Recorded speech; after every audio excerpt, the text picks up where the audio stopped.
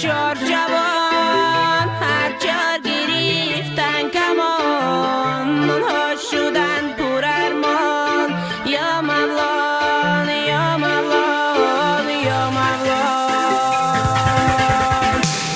روان شدن چار جوان هر جا گرفتن کمان منها شدن پر ارمان یا مولان یا مولان یا مولان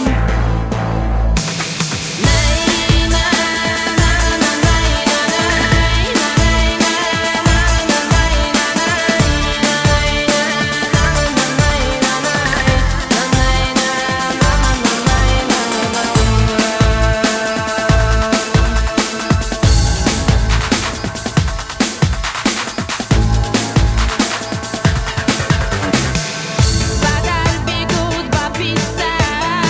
امروز نکن هیچ سفر سفرتان پر خطر یا مولان یا مولان یا مولان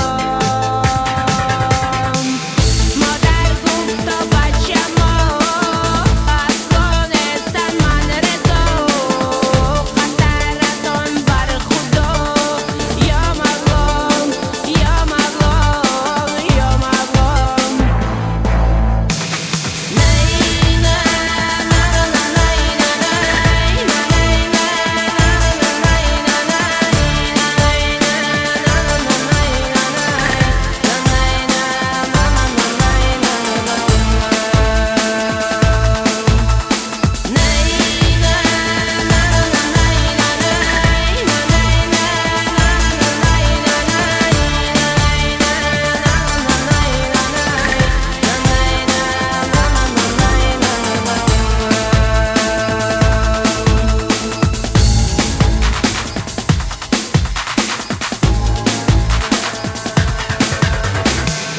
قدم زده یک باره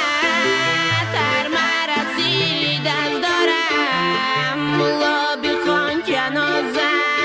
یا مولان یا مولان یا مولان